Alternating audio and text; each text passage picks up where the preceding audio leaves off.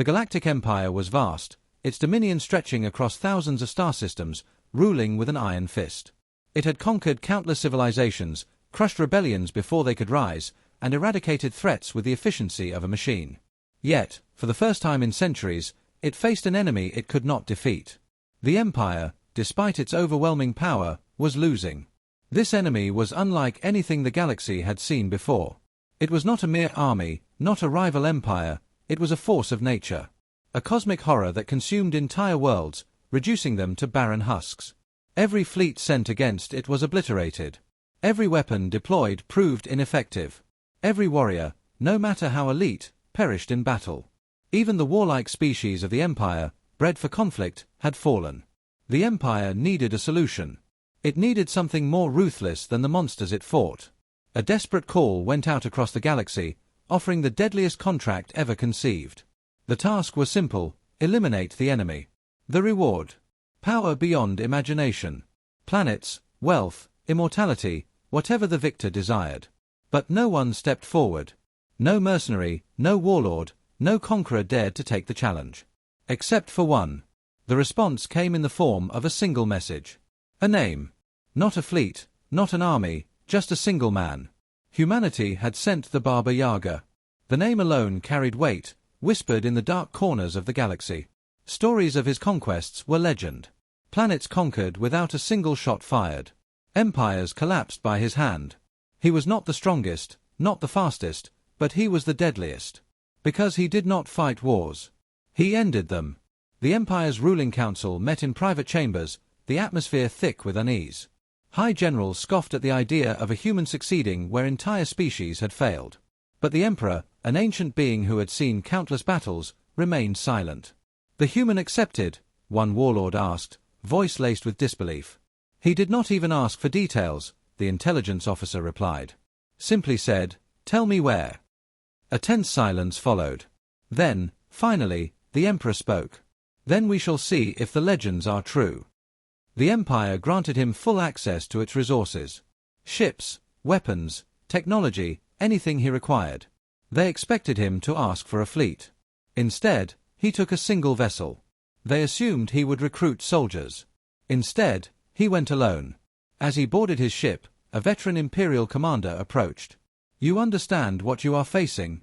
This is not a war. This is extinction." The Baba Yaga turned to him, eyes cold. "Then I'll make sure it's theirs." With that, he departed. The Imperial fleet escorted him to the battlefield, though they did not enter it themselves. The wreckage of thousands of destroyed ships floated in the abyss. The remnants of warriors greater than any the Empire had produced. This was where legends came to die. A transmission came from the enemy's domain, a distorted voice filled with something akin to amusement. "Another one," it mused. "Another sacrifice." No response. The Baba Yaga simply watched, waiting, studying. The enemy was intelligent. It did not rely on brute force alone. It adapted. It learned. Every failed attempt by the Empire had only made it stronger. But humanity was different. Humanity did not fight fair. The Empire's greatest mistake had been treating this as a battle. Baba Yaga did not. He treated it as a hunt. The enemy expected the usual approach, an immediate attack, a grand display of power. Instead, there was nothing. Silence. The Baba Yaga vanished into the void, his ship drifting without a trace. For the first time, the enemy hesitated. It had devoured millions, yet it had never felt this before. Something was wrong. This was not how warriors behaved. This was not how battles were fought. It sent scouts, searching the darkness. They found nothing. It sent bait, attempting to lure him out. Still nothing. Then, suddenly, an explosion. Small, controlled, precise. A single vessel destroyed. Nothing significant, except it wasn't random. It was calculated. The enemy did not understand. This was not destruction for the sake of destruction. It was a message. Baba Yaga was watching, studying, and soon, he would strike. The Galactic Empire observed from a distance, waiting for inevitable failure. But instead, something unprecedented happened. The enemy did not attack. It did not advance. It paused. The Emperor watched the battle unfold through encrypted feeds, hands clasped before him. "He's not fighting them," he murmured. "He's hunting them." The realization spread across the war council like wildfire. This was not a soldier waging war. This was a predator stalking its prey. The Baba Yaga had just begun. The enemy was vast, a being beyond comprehension. It did not conquer, it consumed. It did not strategize, it overwhelmed. It was not a single entity, but a shifting, living force, endlessly adapting, endlessly growing. Entire fleets had been swallowed in seconds. Worlds had burned before they could even scream for help. It had never been stopped. Never even been slowed. Until now. For the first time, the enemy was uncertain. The human had done nothing, yet something had changed. It had always been able to predict its prey, but now it found itself grasping at shadows. Then, the first real strike came. Not a grand attack. Not a full-scale assault. Just a single, calculated event. One of the enemy's advanced ships disappeared, not destroyed, not attacked, just gone. Moments later, another. Then another. The enemy panicked. It wasn't used to being hunted.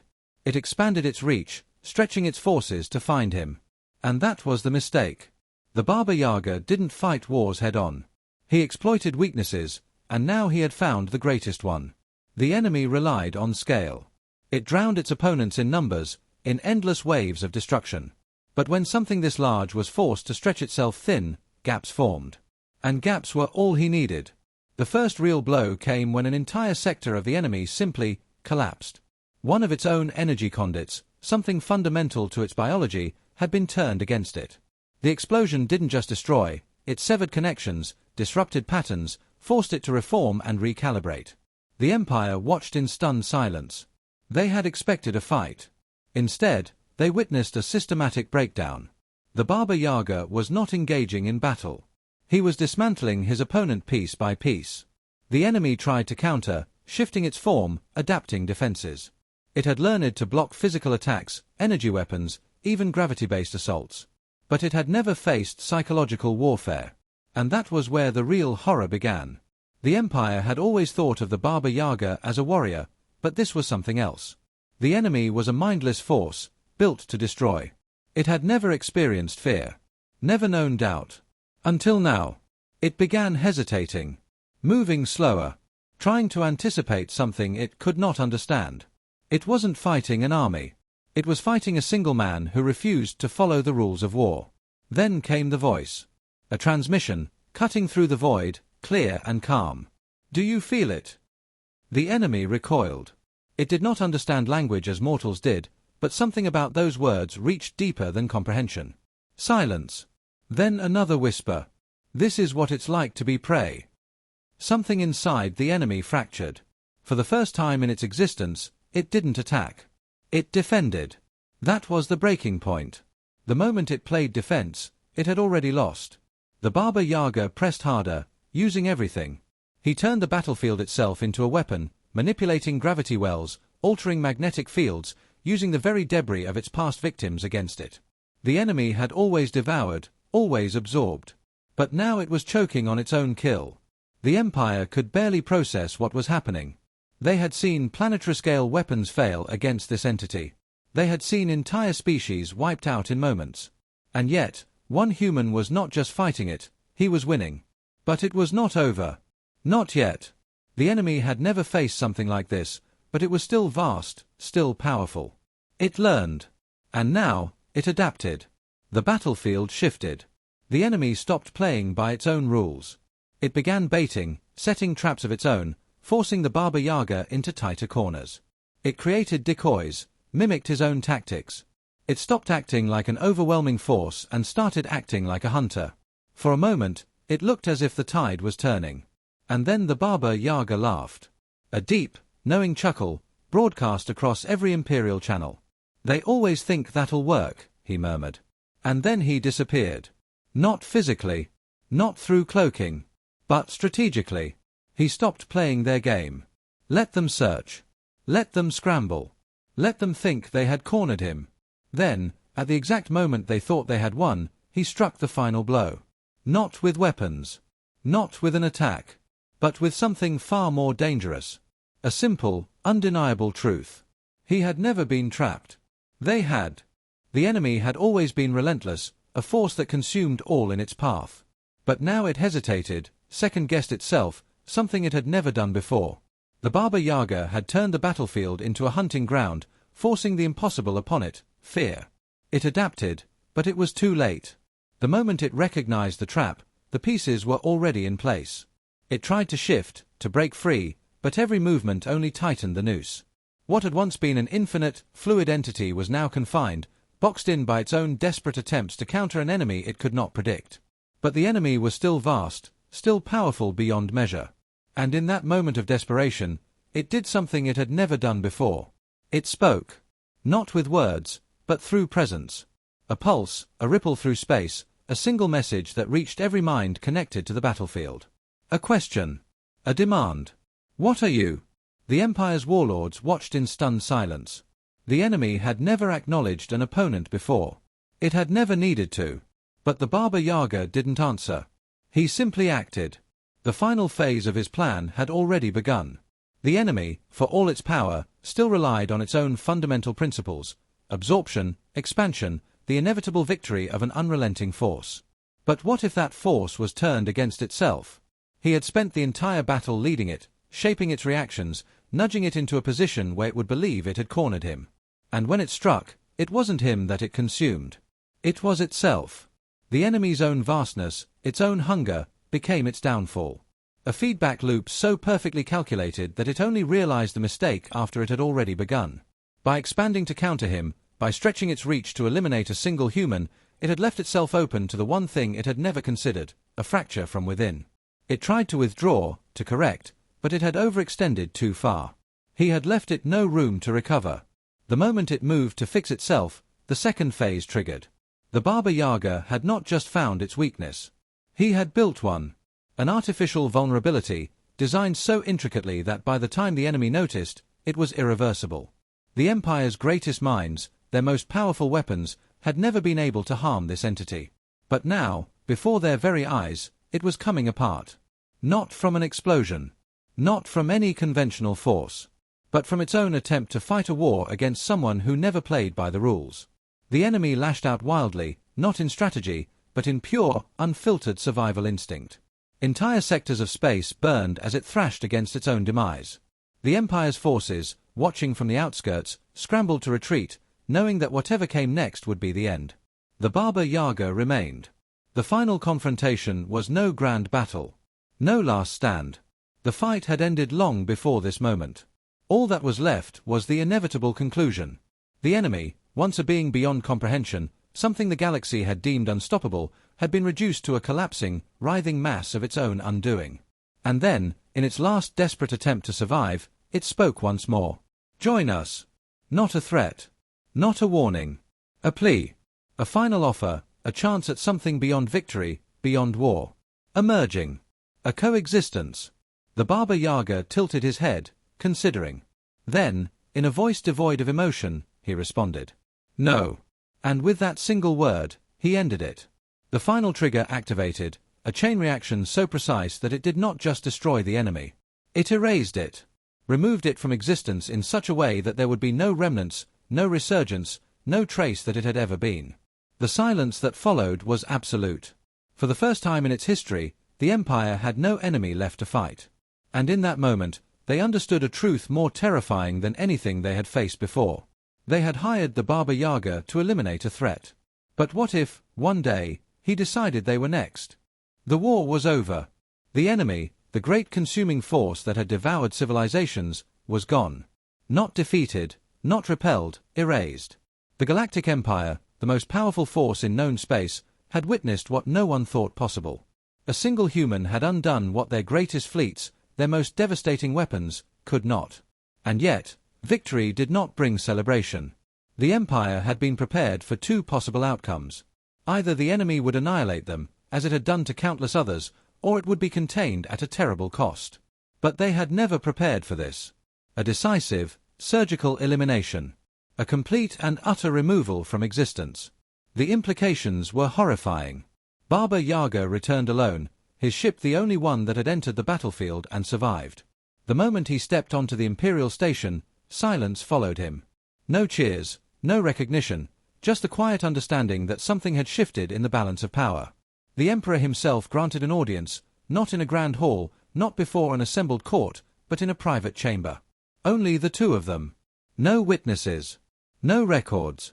You succeeded. A statement, not a question. Baba Yaga did not answer immediately. He simply stood there, unshaken, unchanged. The same man who had left. But now, there was something more. The emperor did not speak lightly. He had ruled for centuries, had seen warlords, conquerors, revolutionaries, all had their ambitions, their weaknesses. But standing before him was not a man driven by power. Not a warrior seeking glory. This was something far worse. A man who did not fear him. Was it necessary to erase it completely? The emperor finally asked. No remains. No study. Nothing left to understand. Baba Yaga's eyes were cold. You don't study a plague. You destroy it. The emperor leaned forward. And what if I had ordered otherwise? The silence between them stretched, heavy with unspoken weight. You didn't, Baba Yaga finally said. It was not defiance. It was certainty. As if the question had never been a possibility. The emperor studied him, searching for something, anything, that could be exploited. A weakness, a tell. There was none. You did what no one else could, the emperor said at last. That deserves reward. Power. Wealth. A system of your own, if you desire it. The offer hung in the air. Any warlord would have seized the opportunity. Any conqueror would have built an empire from this moment. But Baba Yaga simply stared at him. And then, with the same calm certainty, he spoke. I don't need anything. A refusal. No negotiation. No counteroffer. Just disinterest. And that was when the emperor truly understood. This was not a man bound by ambition or greed. Not someone who could be manipulated, bargained with, or controlled. He had no loyalty to the empire, no interest in ruling, no desire for reward. Because he had already won. Not just against the enemy. Against them.